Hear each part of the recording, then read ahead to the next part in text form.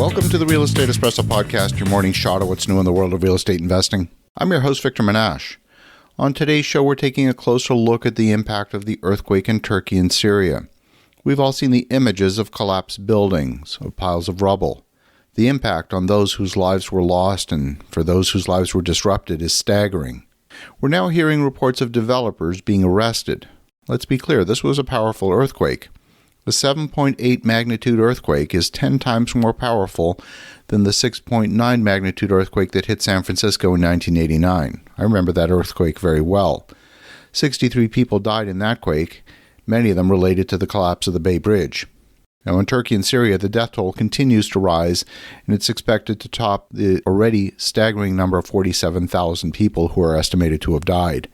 Some 13.5 million people in Turkey live in the 11 quake-hit provinces. Authorities have said that more than 139,000 buildings were either destroyed or so severely damaged they'll need to be torn down. Got 865,000 people living in tents as of Tuesday. Some 270 tent cities have been set up all over these affected provinces. Now, when you look at the images of these collapsed buildings, you can tell that some of them are just bricks. They were made of just bricks.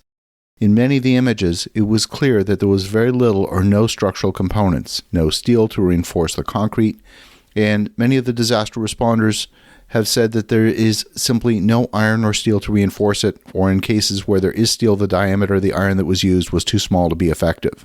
So there's an issue on the quality of the building components used. And that quality is below what's required by law, and these codes were supposed to be put in place to ensure that earthquake-prone regions, those buildings, could stand up to this kind of an event. There have been allegations of corruption. Some building inspectors would be bribed to look the other way when it comes to performing building inspections. Officials in Turkey say that they have 113 arrest warrants issued in connection with the construction of the buildings, and so far they've taken 12 people into custody, including some building contractors. There's numerous Twitter feeds out there providing detailed accounts of what's happening on the ground in Turkey, including the most recent aftershock, which measured 6.3 on the Richter scale. And what's shocking is that many of the collapsed buildings were modern buildings constructed in the last year. These buildings were supposed to be designed to withstand tremors of this type. Many of the buildings that failed had a commercial ground floor and residential floors above. One Israeli engineer pointed out that the commercial space in one building had structural columns but lacked shear walls. The floors above transferred the load of the vibration from the quake, but the ground floor columns failed. That ultimately caused the ground floor of the building to collapse, and then eventually the remainder of the building collapsed on top of the ground floor. Shear walls affect the ability to decorate a commercial space, so they seem to have been omitted or scaled back in a lot of cases. But it's these shear walls that add a lot of strength to the buildings. There's many images of buildings still largely intact, but they've become dislodged from their foundations and they're leaning on their side or maybe on a neighboring building. This was a very severe earthquake.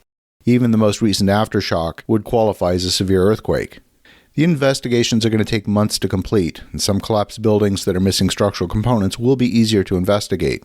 But the problems appear to be more systemic than that.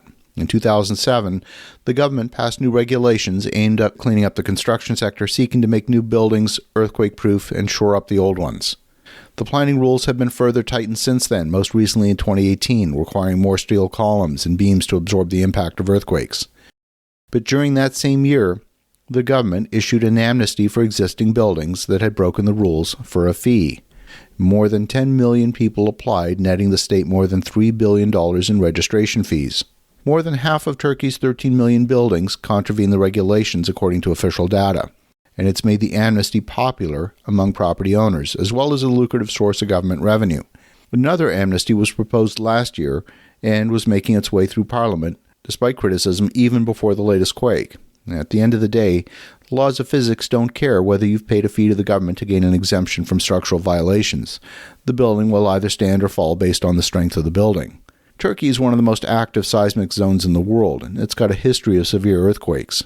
Buildings simply need to be designed to handle these events. Closer to the epicenter, a crack in the Earth's crust about 200 miles or 300 kilometers in length opened up that I can only describe as a canyon, the width and depth of a football field. The forces involved are impressive to move the Earth's surface such a large distance in a matter of seconds. Even in my home city of Ottawa, Canada, we've been known to experience mild earthquakes, while our most severe earthquakes are only in the range of a magnitude 5, we still have to design our buildings to withstand earthquakes as well. As you're building your structures, you need to ask your structural engineers about meeting seismic requirements and make sure those specifications are part of your engineering engagement. As you think about that, have an awesome rest of your day. Go make some great things happen. We'll talk to you again tomorrow.